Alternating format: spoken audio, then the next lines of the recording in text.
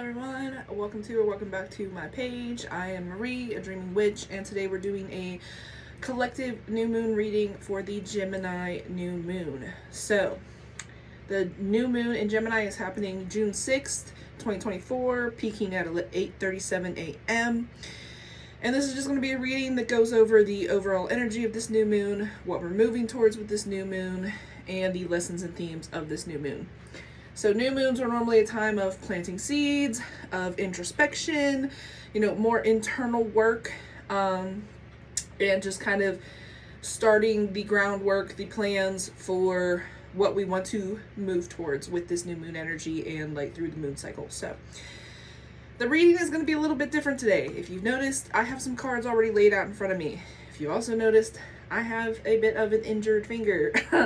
I got bit by a cat a few days ago, and luckily my finger is not as swollen as it was the other day, but it is still in really bad pain. It was really swollen, and I just didn't feel like shuffling the cards on camera because I kind of had to shuffle them slower, and I just thought, I'll shuffle it beforehand and just deliver the reading afterward. So that is what I'm going to do here. I'm just going to deliver the reading. Is already done, so we should move faster. This should be a shorter video than normal since I already did it all and got the messages. So that all said, if you have seen my videos before, I always like to go over the previous full and new moon of the current moon sign so that you can look back in your camera roll or your journals, or if you just have really good memory, think back to those times to see if any reoccurring themes or lessons or just situations are coming up with this energy. So for the Gemini new moon that is happening tomorrow, the previous full moon 6 months ago in Gemini was November 27th, 2023.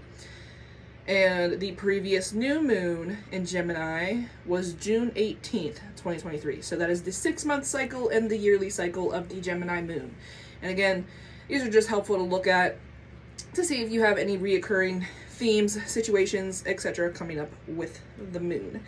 So Gemini is an air sign. It is ruled by Mercury. It rules our arms, shoulders, hands, lungs, our nerves, and our nervous system.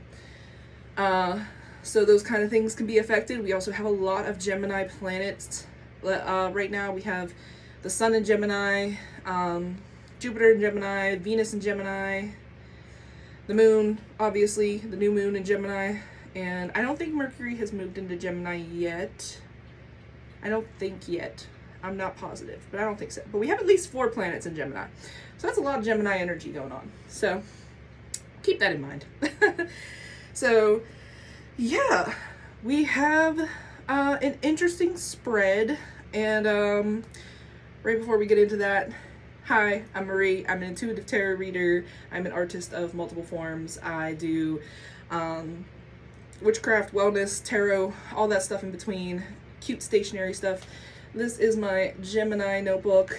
Yeah, so if you want to look at the zodiac notebooks, they're on my website, and that is that. So into the reading, 3:03 on the clock there. Into the reading.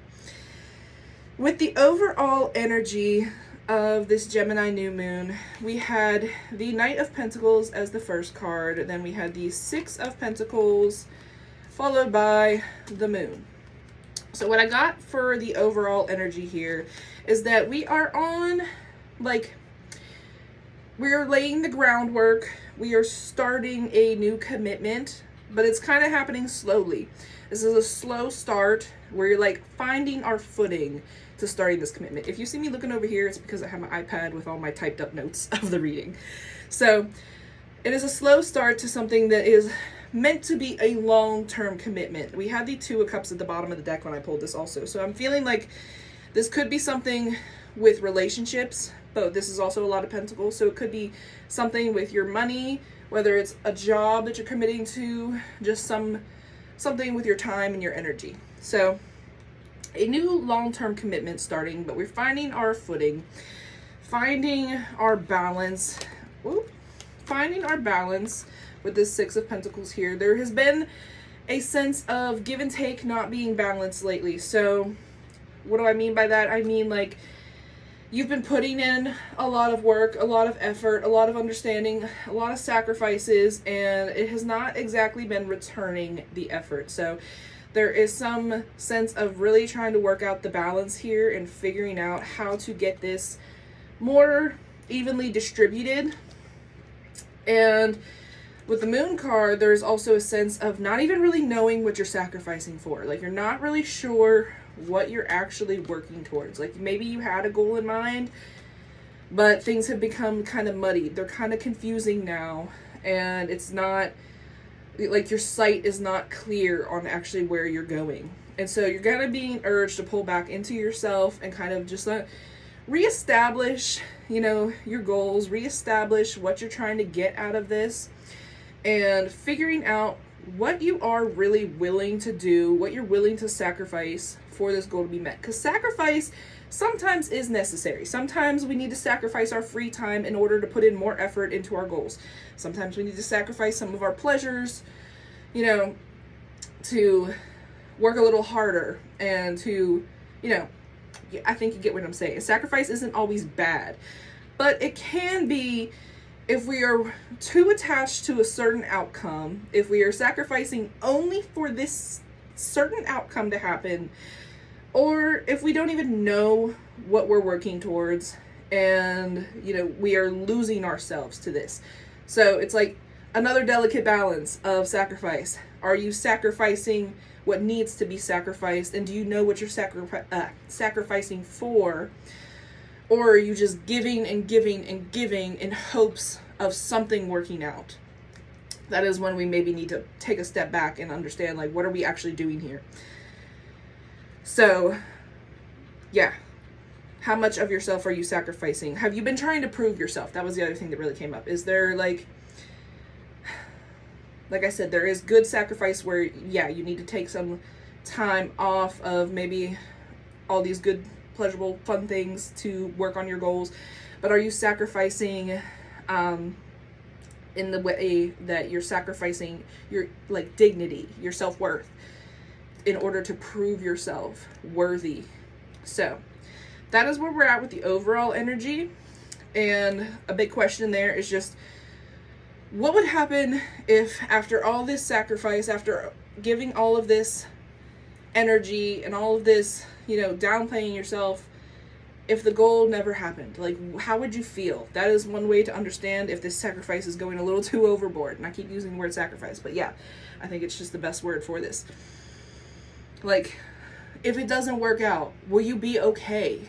Like, are you really giving all of yourself and not leaving any of yourself for your, like, for a different outcome, is what I'm trying to get out there. So, moving into what we are moving towards, seeds we're planting, we had the 3 of Swords, and then the 2 of Swords, and then the 10 of Swords. Lots of swords, a lot of mental energy. This is also the Gemini card. These are Libra related cards. So a lot of mental energy happening in what we're moving towards. So starting off with this 3 of Swords reversed, I was surprised to see that. We haven't seen it in like a few readings. It was coming out for a while, and now I feel like these wounds are kind of stirred back up. Something has happened that has re-stirred these wounds, but I feel like we are actually trying to work through them, but we just might not really know how to. That's where this 2 of Swords comes in. We don't really know how to work through this. We don't really know what path to take. I think we're too stuck in this 10 of Swords. We're too stuck in the hurt to look at it more objectively. We had, for one, we had the Moon card, which is all water, and then we had the King of Cups reversed that was at the bottom of the deck when I pulled these. We are too engulfed by these feelings to get a clear action, a clear decision on how to move forward. So, especially when coming back to this sacrifice theme, you know, we're just giving and giving and kind of going in a loop. Like, a decision isn't really being made. We might feel like we're making a decision, but it's kind of taking us in a circle is what I'm feeling like. There's just something unknown that we don't really understand what we're doing with our energy. The image just isn't entirely clear, and we are kind of stuck on this residual hurt and pain that we are trying to let go of to start this new commitment. So some part of us is holding on, not letting us integrate these lessons from these events. So this might have been like a situation with a person where they hurt you, lied to you, betrayed you. Could be a job, family, whatever it was. It has stuck with you and kind of left you in this mental loop where you're in self-criticism, you're feeling like it's all your fault, and somehow that this is coming back to you. It's all about you somehow. Like, oh, I'm not good enough. I didn't do this enough. Something about yourself. Stuck in a self-criticism loop. And that is not where we want to be. That is not helping us move forward. That is not going to help us release these situations. We are feeling dysregulated. So back to like Gemini ruling the nervous system. I think our nervous system is kind of wired out right now. We're kind of fried. We may be stuck in fight, flight, freeze kind of mindset where we just keep getting really like triggered, really, I don't know, overly, not excited, I don't want to say overreactive because I don't feel like that's a good word, but kind of that sense where things are just heightened really quickly, even if it's little things, like we're stuck in this dysregulated state where we're easily bothered and we can't really make a decision from this state. When we try to make a decision from this dysregulated state, it's not usually for our best good. It's just to help soothe us in the moment. It's something that's going to feel good in the moment. It's not looking at the long-term picture. It's just, how can I get over this right now? How can I get through this right now? We need to try to take some time to regulate ourselves so that we can make these plans for the future, so that we can make these long-term decisions, these long-term goals. So, yeah, we might not necessarily be doing anything wrong. I don't think it's wrong to, be human and like have these situations. But we need to start learning from this. We need to start learning how much we're willing to deal with, what we're not willing to deal with, how we want to show up in our connections and our relationships. And, from this situation that hurt us, what did we learn from it? What did we get out of this? Did we learn that, our boundary was crossed? Do we know what our boundaries are? Do we know, what did we learn from this situation? What did it teach us about ourselves? Do we have a wound that we're carrying? Do we have a wound from a past relationship, a past situation, past event that is influencing this situation that may not actually apply to this situation, but it is being stirred up? That is something that we're going to need to look at with this Gemini New Moon. So, ultimately, we are learning to ride the waves. So, we had these waves in this moon card, and we had that King of Cups reversed at the bottom of the deck. We are learning to ride the waves and work with the duality. Can we hold space for our pain while also keeping our hope and our faith that things are going to continue to work out, that we will be able to work through this? Do we have enough self-trust to understand that we can feel our pain and have joy at the same time? Life is always going to throw shit our way, so we're going to need to learn how to regulate ourselves enough to feel those feelings and not get them stuck with us. So that we aren't left feeling raw, unregulated, and that we have coping skills to go back on. Whether that's, taking some time for yourself, speaking up. Gemini is a very communicative sign, so there might be a lot of stuff about communication right now. Where we need to speak up, we need to speak our feelings, we need to communicate what is bothering us and connect with people, and just holding that space for that duality, holding that space for multiple things to be true at once, and to understand that just because we are down in the dumps right now doesn't mean it's the end of the world, that there is still room for things to be better in the future, and even at the same time, we can feel multiple emotions at once. We are complex. So, yeah, that is that. And then our last thing was the lessons and themes oracles. So we had cosmic connection, self-worth, hope, and be fearless. Those were our oracles for our lessons and themes of this new moon. So let me go through it one by one. Cosmic connection is teaching us that we are connected to the universe, we are connected to everything around us, all the life around us, and we are connected to, if you believe in higher dimensions, spirit guides, and whatnot. And that we can, connect to that information, that knowledge, and just that reassurance that, things aren't just happening to us. These challenges aren't meant to be a punishment. They're to help us grow and evolve into new versions of ourselves. We are expanding our insight, our understanding, our perspective, more of that bigger picture vibe. How are these situations helping us grow? And, the universe, I feel like, is kind of neutral. Like, I don't feel like it sees things as good and bad. Like, I feel like it's just like a learning thing for the universe. The universe is just like, what is this teaching you? And even though that feels shitty to us, like, again, like, it's neutral. These situations do have information they are teaching us. Our emotions have information they are teaching us. So then we have self-worth, which is, how much are we valuing ourselves? Are we treating ourselves with love and care? Are we overextending ourselves to others in order to prove our worth? And it's time to stop looking outside of ourselves, or keeping ourselves small, keeping ourselves in the shadow, keeping ourselves, some way that society wants us to be in order to prove ourselves, because we are worthy of what we desire no matter what. Where is your self-worth at? Our self-worth shows what we're willing to put up with. How much you value yourself sets the tone for all of your relationships, and not just your relationships, like your jobs, the situations you allow yourself to get in. Your self-worth reflects all of that. So if you don't have great self-worth, you're probably willing to put up with more shit than someone that has higher self-worth. And that's not to say that it's wrong. That's just perspective to take. Next up, we had hope. So in all these situations, it may be hard to hold on to hope. These challenges are hard, they are tiresome, they are stressful, they are overwhelming. And the quote for this one was, "Behind the passing dark clouds, the sun still shines bright." Yes, it is normal to feel overwhelmed, disconnected, or even afraid as we move through these emotional storms. These storms hold incredible insight underneath, an insight that shows us what is in need of clearing and balancing. So again, back to that, what wounds are being stirred up, what beliefs are being stirred up, what patterns are being stirred up. And that this is a time to work through clearing those, because they are stuck in our nervous system. They are stuck in our energy. They are impacting the way that we are making decisions. They are impacting the ways that we are moving forward. Whether we are aware of it or not, we're probably all at different levels of awareness of this. You could subconsciously be making these decisions from these patterns, or you could be aware and doing it. But it's time to start clearing these things. Our emotions hold knowledge about our beliefs, our patterns, our wounds.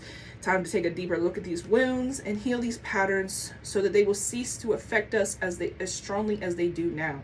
These storms won't seem as intense if we are aware and we are able to cope with it. If we understand where the root is, if we understand, okay, this is a limiting belief that I hold because of, this thing that happened to me when I was however old. I've been holding on to that pain. This is not that situation. I am able to work through this.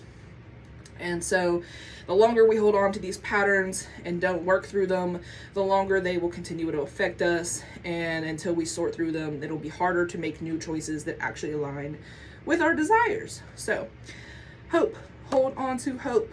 Understand that,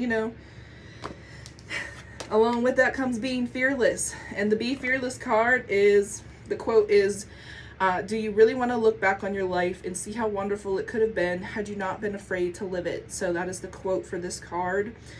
The Be Fearless card is all about releasing fear. Is it fear of unknown that is holding you back? It is fear of failure, fear of what society will think of you, fear of change, fear of making a mistake, fear of not being good enough. Fear can be immobilizing. Fear can trigger that fight or flight I was talking about earlier, and it can keep us from living our life. It can keep us from opportunities that will bring us joy and fulfillment. Again, we could be making subconscious, self-sabotaging decisions, not understanding that it is rooted in a fear inside of us. So fear can be keeping us stuck, not going after, not living our life to the fullest. Being stuck in a loop of fear only reinforces it. The more that you are stuck in this loop of fear, and the more that you feed into that fear by either avoiding the situation, avoiding the fear itself, the more you're going to feed that fear, the more you're going to reinforce it. And if we fear not being good enough, we will continue to focus on this fear. And then we will continue to see ways that we are not good enough in the world. Kind of that law of attraction kind of thing. And not even law of attraction. This is literally science. You know, where your focus goes, where your energy goes, your focus goes, it's what you're going to see. It's what you're going to experience. So if you're focusing on not being good enough, you're going to see ways that you're not good enough. But if you work on that self-esteem, work on that self-worth, it's not that those situations won't be there, but you will be able to see the situations that do value you more. And so the only way through fear is to face it lovingly, find their root, feel the feelings or the wounds that birth these fears, so we can begin to release their hold on us. You have the strength to face these fears and move forward.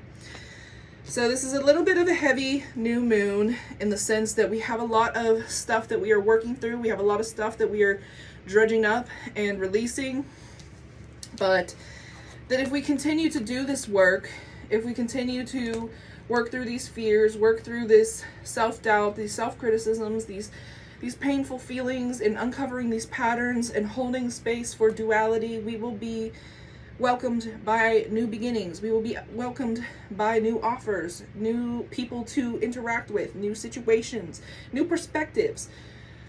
And yeah, it's a little bit hard. It's a lot hard, especially when these things are really deep-rooted. When these are things that you have grown up feeling and believing and thinking, it'll be hard. But it's time to uncover these. It's time to take these swords out of your heart so that you can make better informed decisions for yourself. That is, I think, what it all comes down to, is regulating our emotions, regulating our nervous systems, breath work, calming down, taking a breath, finding coping skills that work for you, whether you have anger to release and you need something physical, or you have sadness to release and you need something to cry it out, something for you. Whatever it is for you, is time to find that so that you can make decisions for yourself that aren't connected to fear, that aren't connected to these subconscious beliefs. And yeah, I think that is really all that is here. The angel numbers that are relevant with this new moon can be more than this, but these are the ones I picked up on. 111, 1111, 333, 999, and 1010. Those are the ones that are really prominent to me in this reading. And yeah, so if you watched this video, thank you. It still ended up kind of being like 20 minutes long. I don't know how that happened when I didn't even shuffle the cards, but oh well. If you would like a notebook or one of my other witchy wellness creations like my spell oils, they are on my website, linked in the description box. And I thank you for watching. I hope that my hand will be better by the next moon so that I can record a better reading. So thank you for watching. I will see you guys next time. I hope you have a good new moon.